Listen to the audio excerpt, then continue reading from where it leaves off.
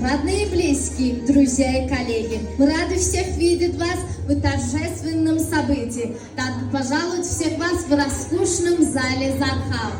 Assalomu alaykum, hurmatli xonimlar, aziz yurtdoshlar. Barchalaringizga xayrli kunlar, yoqimli ishtahlar va a'lo kayfiyatlar hamrohingiz bo'lsin deymiz.